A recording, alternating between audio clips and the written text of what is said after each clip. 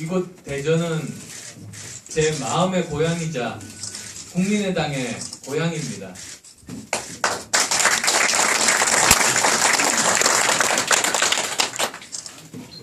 처음 정치할 때 항상 받았던 질문이 새 정치가 뭐냐 질문을 받았습니다.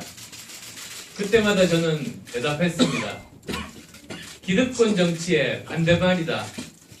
기득권 정치 부수는 게 바로 새 정치의 역할이다. 그 말을 했습니다. 정치는 세상을 바꾸는 겁니다. 그런데 실제로 정치를 해보면 오히려 세상이 바뀌는 걸 막고 있는 것을 너무나 많이 봅니다. 정치는 공공의 이익을 위한 봉사인데 오히려 개인의 욕심을 채우려고 하는 그런 모습들을 또 너무 많이 봅니다. 이 두 가지, 세상이 바뀌는 것을 오히려 가로막고 자기의 사적인 욕심을 채우는 이게 바로 기득권 정치입니다.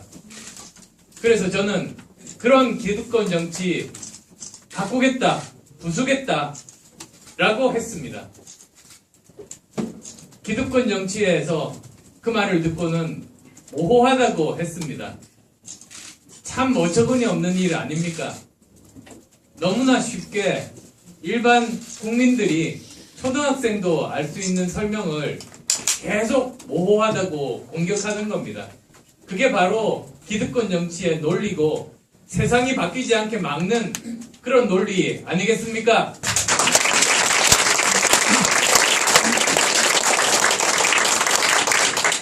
결국은 그런 세상 바뀌는 걸 막고 개인 욕심 채우는 그 기득권 정치에 대한 분노가 지금 하늘을 찌르고 있습니다.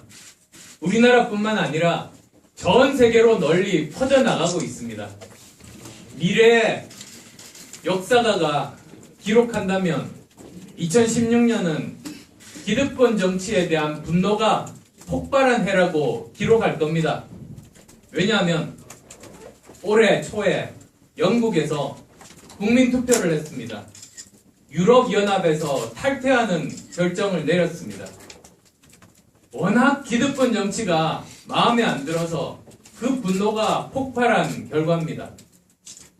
미국에서도 같은 일이 발생했습니다. 도널드 트럼프가 어느 누구도 대선 후보가 될 생각을 못했는데 모든 사람들의 예상을 누르고 이제는 공화당의 대선 후보가 됐고 지금 현재 이 순간 계속 지지율 격차가 좁혀지고 있습니다. 누가 대통령이 될지 모르는 그런 상황이 됐습니다. 바로 세상 바꿀 생각이 없는 기득권 정치에 대한 미국 국민들의 분노가 이런 현상들을 만들어내고 있는 겁니다. 대한민국도 예외가 아니었습니다. 지난 4월에 우리 총선 때 국민들의 분노가 폭발했습니다. 그래서 양당밖에 존재할 수 없는 기득권 정당만 존재할 수밖에 없는 선거 제도를 국민들이 더 큰 힘으로 뒤집어 엎었습니다. 깨부쉈습니다. 그래서 3당 체제가 만들어졌습니다. 이 3당 체제는 기득권 정치에 금이 쩍쩍하게 만든 겁니다. 그리고 그때 기득권 정치가 금이 간 기득권 정치 때문에 그 영향이 지금까지 엄청나게 미쳐오고 있습니다. 그때 과연 양당만 존재했으면 지금의 최순실 사태가 이렇게 빨리 밝혀졌을까라는 생각을 합니다. 그때 국민의당이 앞장서고 국민들께서 도와주셔서 이렇게 3당 체제를 만들고 기득권 정치 금이 쩍쩍하게 만든 그것 때문에 그 효과 때문에 지금 대한민국이 요동치고 있게 되는 겁니다.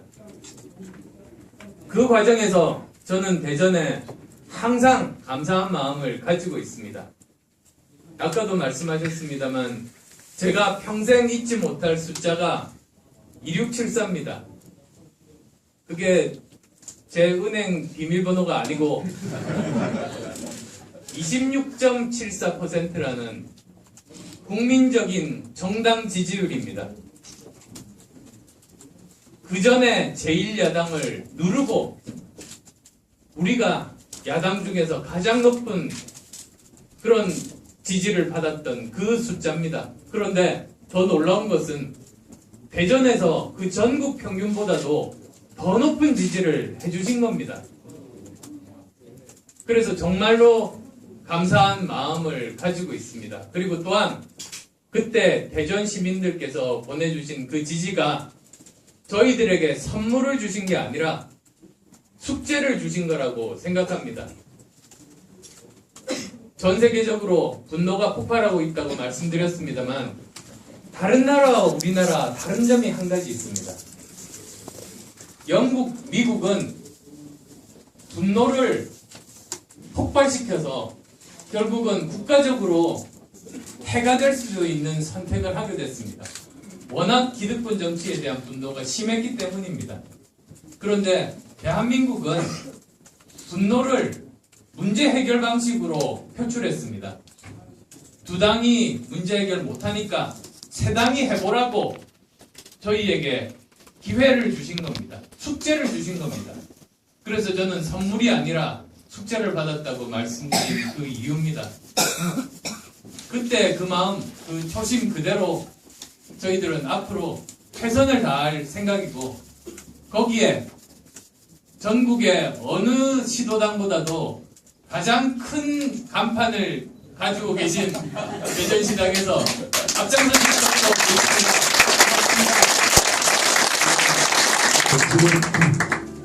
참, 충청도